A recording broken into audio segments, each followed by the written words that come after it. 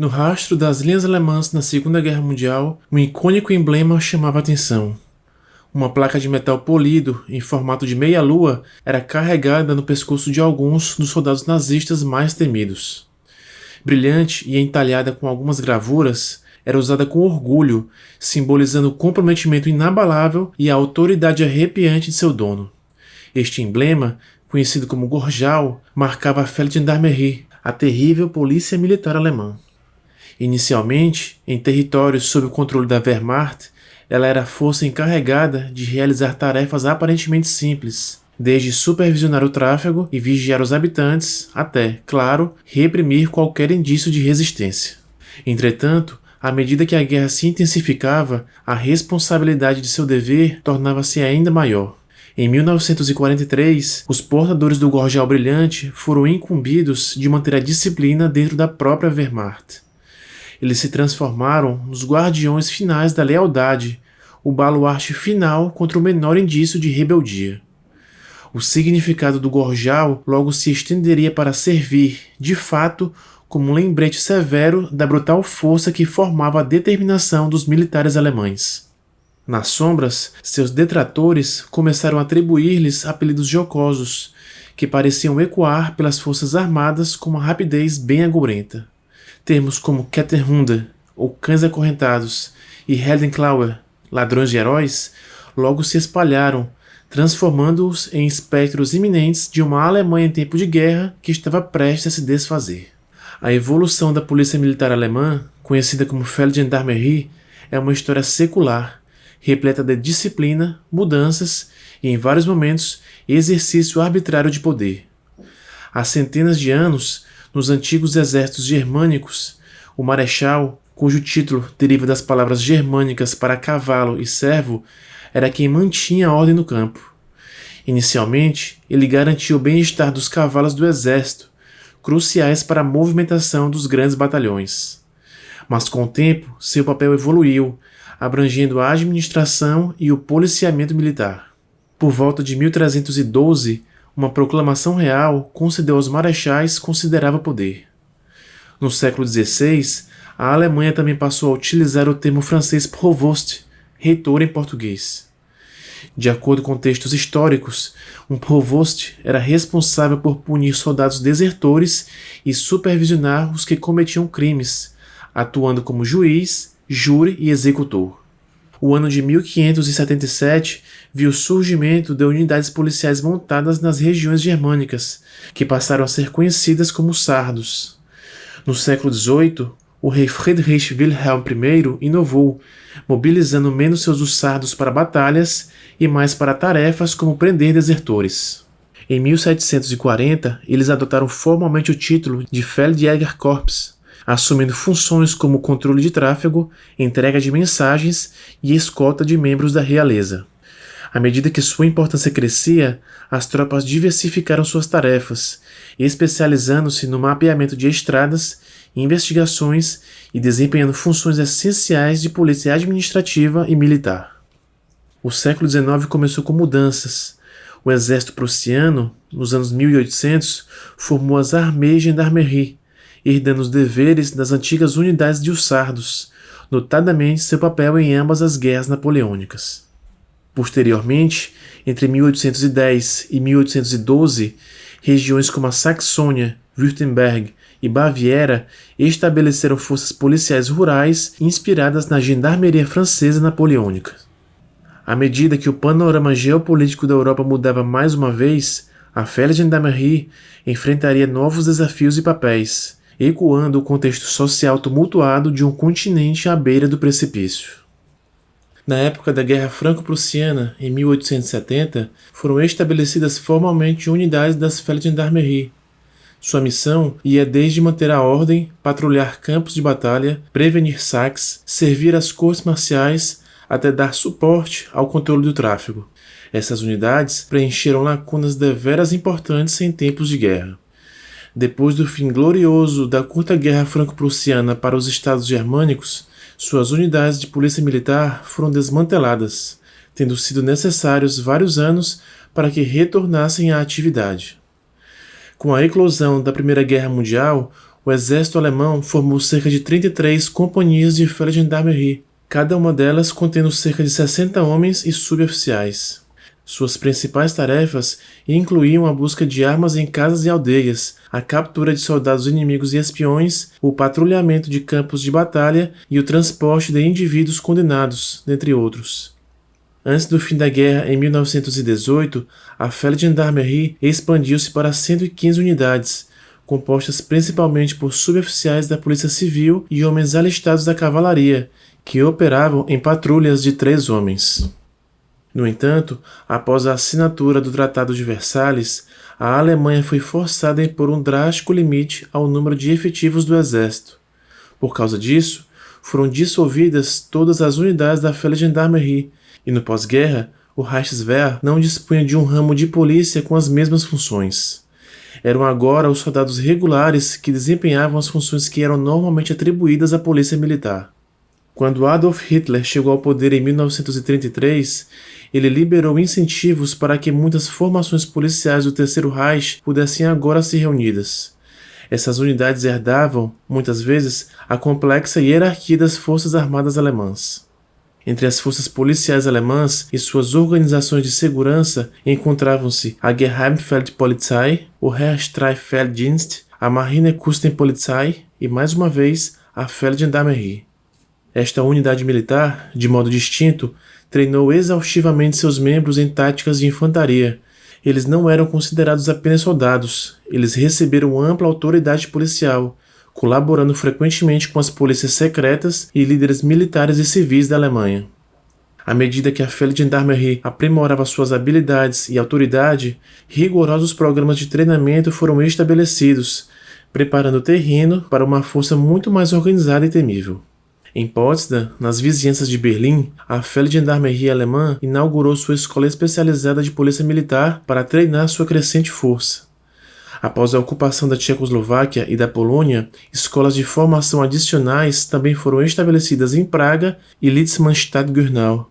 Essas academias tinham um currículo bem exaustivo, cobrindo minuciosamente disciplinas como Código Penal, poderes policiais específicos, leis florestais, regras de pesca e hidrovias, regulamentos de trânsito, protocolos industriais, procedimentos de solicitação de passaporte, processos de identificação, cultura local, primeiros socorros, práticas administrativas, exercícios com armas, técnicas de autodefesa e pontaria, métodos de polícia criminal e até sistemas de defesa aérea. O rigor do treinamento para se tornar policial militar alemão era bem intenso. Ao longo de um ano, esses cursos tiveram desistências significativas. Como exemplo, apenas no ano de 1935, de um total de 219 entusiasmados recrutas, apenas 89 deles conseguiram avançar. Após os testes iniciais, os candidatos ingressariam numa unidade Feldgendarmerie para adquirir experiência prática. Essas novas unidades passavam por rigoroso treinamento de infantaria e eram encarregadas de operações policiais de varredura. Além disso, quando os policiais civis fizeram a transição para a Feldgendarmerie, eles recebiam patentes militares, refletindo suas posições anteriores na hierarquia policial. Com um policial bem treinado e uma estrutura de comando eficiente, um design único logo simbolizaria sua autoridade e prestígio. As Feldgendarmerie, embora aderindo à estética convencional da Wehrmacht, incorporou vários elementos de destaque em seus uniformes. Detalhes em laranja avermelhado discretamente destacavam seus caps, os patches nos colarinhos e as dragonas em seus ombros. A manga superior esquerda do uniforme exibia uma águia no padrão policial, cercada por uma intrincada coroa de folhas de carvalho. O punho marrom na manga esquerda destacava-se como uma característica distinta, acentuado com detalhes em cinza e a inscrição Feldgendarmerie em fonte gótica prateada.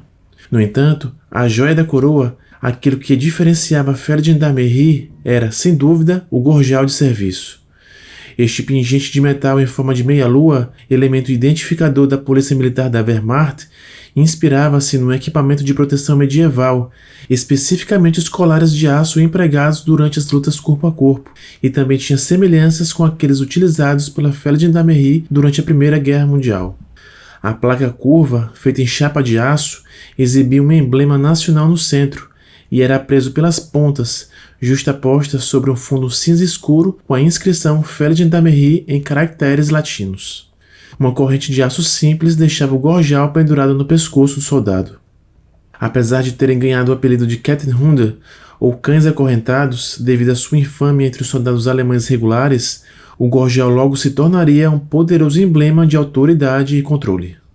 Desde o início da guerra, a Felgendarmerie alemã desempenhou indispensável papel, atuando em cada teatro de operações. Cada exército de campo da Wehrmacht era complementado por um batalhão Felgendarmerie, que era normalmente constituído por 3 oficiais, 41 suboficiais e 20 soldados.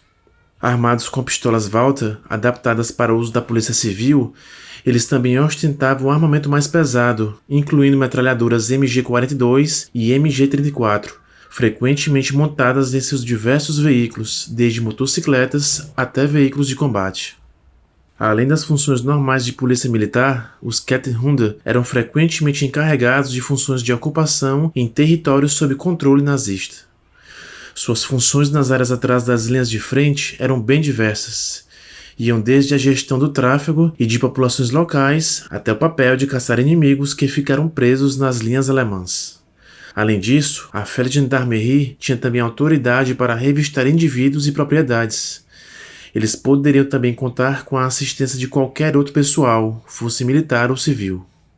Após os combates, a Felgendarmerie transformava-se temporariamente numa espécie de guarda municipal.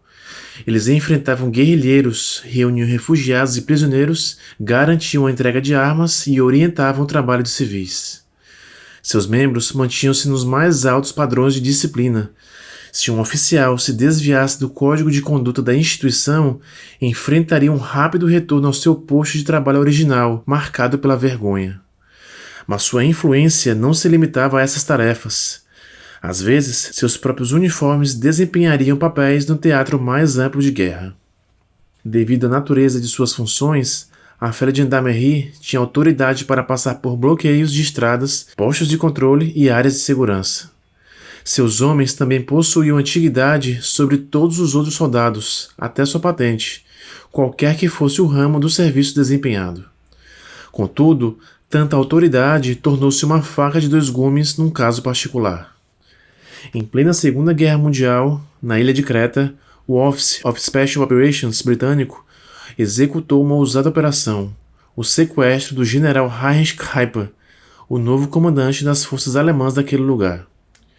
Sem o conhecimento de Keiper, as forças aliadas, especialmente o Major Patrick Lee Fermor e o capitão Bill Stanley Moss, acompanhavam de perto seus movimentos.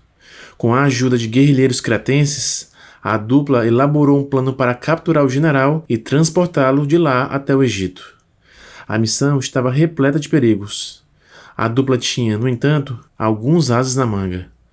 Mais notavelmente, eles conseguiram uniformes completos da Felgendarmerie, com seu icônico gorjal concedendo-lhes enganosa autoridade.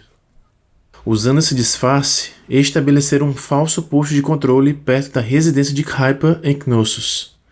Assim que o carro de Keiper parou, eles entraram em ação, subjugando o general e seu motorista em questão de segundos. Embora os uniformes dos Kettenhunde tenham sido fundamentais no sequestro, eles foram igualmente vitais durante sua fuga, permitindo-lhes passar por diversos postos de controle, apesar do toque de recolher obrigatório estar em vigor. No entanto, o ódio que o general de Creta fomentou involuntariamente pode ter sido seu maior aliado. Desconhecido para os britânicos, Keiper era particularmente impopular entre a Felgendarmerie. Esta aversão generalizada provavelmente retardou a resposta nazista, dando aos sequestradores uma vantagem significativa. Movendo-se por terrenos traiçoeiros e evitando patrulhas alemãs, a equipe finalmente conseguiu chegar à costa sul de Creta. De lá, transportaram discretamente Keiper para o Egito, desferindo um poderoso golpe simbólico contra o inimigo. Em 1943, quando a maré da guerra começou a virar contra a Alemanha nazista, a Felgendarmerie viu-se assumindo uma sombria responsabilidade. Com a tarefa de manter a disciplina dentro da Wehrmacht, eles agora foram incumbidos da terrível tarefa de eliminar desertores. Consequentemente, tiveram que suportar todo o peso de determinar o destino de dezenas de milhares de seus próprios compatriotas. À medida que o apoio público à Wehrmacht diminuía, as duras e indiscriminadas ações da Feldgendarmerie na aplicação da lei contra os soldados renderam-lhes outro apelido pejorativo. Eles logo foram apelidados de Heldenklauer, que significa ladrões de heróis. A Feldgendarmerie vasculhava-os incansavelmente por toda parte, das colunas de refugiados até quartos de hospitais, na busca por potenciais desertores, muitas vezes os enviando direto para o combate na linha de frente. Além disso, a Feldgendarmerie supervisionava os Strafbataillon, os temidos batalhões penais.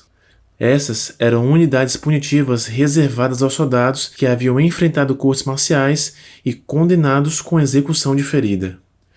À medida que os dias do Terceiro Reich estavam contados, mesmo as menores infrações poderiam fazer com que recrutas ou soldados fossem mandados ao Strafbataillon, onde estariam sob a vigilância direta e atenta dos desprezados Kettenhunde. Com os alicerces do Império Nazista abalados, a Feldgendarmerie viu-se cada vez mais envolvida com a linha de frente. Apesar da infâmia, muitos de seus membros foram agraciados com diversas condecorações militares. À medida que o peso das forças aliadas pressionava a Alemanha, a possibilidade de um acerto de contas parecia inevitável.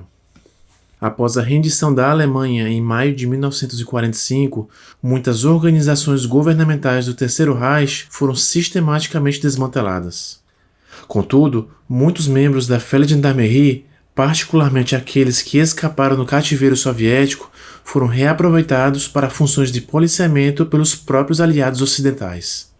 Um oficial da 101ª Divisão Aerotransportada dos Estados Unidos lembrou-se de delegar à Feldgendarmerie a tarefa de vigiar os oficiais alemães que haviam sido encarregados de supervisionar os prisioneiros feitos pelos alemães durante a guerra.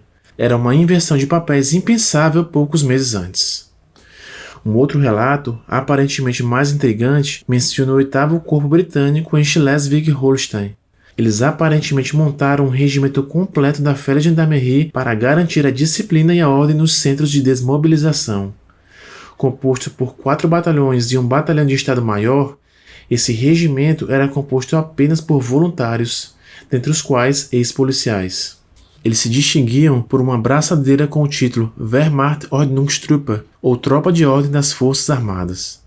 Esses homens andavam com armamento completo, e sua compensação não era monetária, mas sim na forma de alimentos de melhor qualidade. Em junho de 1946, mais de 12 meses após o fim da Segunda Guerra, a Feldgendarmerie tornou-se a última unidade do Terceiro Reich a entregar as armas, encerrando o capítulo mais sombrio da história da Polícia Militar Alemã. Se você gostou do vídeo que acabou de assistir, clique no botão curtir e deixe seu comentário. Esse é o Mini Dogs da Segunda Guerra. Até o próximo vídeo.